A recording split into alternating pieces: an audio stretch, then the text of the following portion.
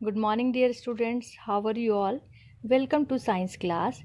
As we are discussing reproduction, now we see the types of reproduction. There are two types of reproduction, that is asexual reproduction and another is sexual reproduction. So, what is asexual reproduction? The type of reproduction in which a single parent is involved and it occurs without the formation and fusion of gametes, right? For example, it occurs in amoeba, euglena and hydra. Only the unicellular organism and a single parent involved is called asexual. On the other hand, sexual reproduction, the type of reproduction in which two parents involved or two individuals of different sexes like male and female are required. So each of the two individuals must be able to produce gametes, sperms or ovums. Thus, sexual reproduction involves the formation and fusion of gametes. Now we see first the types of asexual reproduction. There are different modes of asexual reproduction. These are fission, fragmentation, budding, vegetative propagation, regeneration and spore formation. So first we discuss about fission. Fission are further of two types, that is binary fission and multiple fission.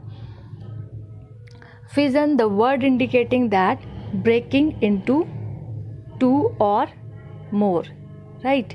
So unicellular organisms such as amoeba, you can see in the picture, reproduce by this mode of asexual reproduction.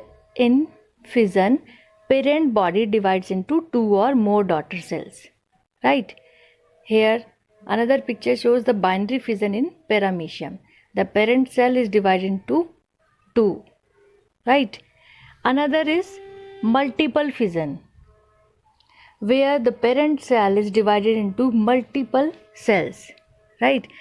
So it involves the division of parent cell into two small, nearly equal sized, two or more than two cell daughter cells, right?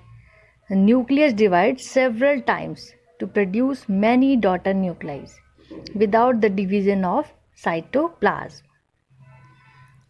Now the another mode of asexual reproduction is budding. Budding, the name indicates that bud. In this process, a bulb-like projection is formed on the body of the organism. It is known as bud and this process is known as budding. Here you can see the hydra reproducing asexually by budding. A bulb-like projection, that is called bud, comes here in the picture and it's separated out when it becomes mature. Here you also saw the budding in yeast here. So a small bud appears at the top of the mature yeast cell and you see that it will convert into more than one cells, that is budding, and it after that is separate from the main body cell. Now fragmentation. In this process the body of an individual breaks up into two or more parts and each part develops into a complete organism. For example, in plants, filamentous algae such as Spirogyra, in the picture you can see that it divides into two and develops into a complete organism. And in animals like Planaria and tapeworms reproduce by this method. Another is regeneration. Regeneration is the ability of an organism to regenerate its lost part.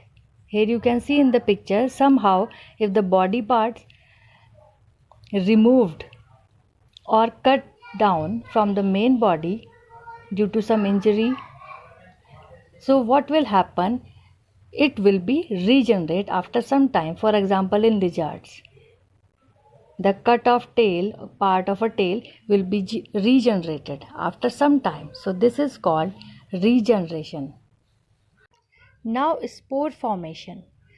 in some multicellular organisms such as Rhizopus, which is a bread mold, suppose we take a bread and kept it under moisture.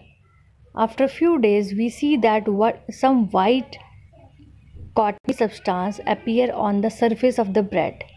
And when we observe under a microscope, it looks like the thread-like structure produced tiny swollen structures at the top, as you can see in the picture, are called sporangia, and each sporangia has several spores which on rupture are released in air, right? And the spores have a thick wall around them. It protects them, and when they get suitable moisture or suitable environment, they start to grow into new individual, right? So this is another mode of asexual reproduction.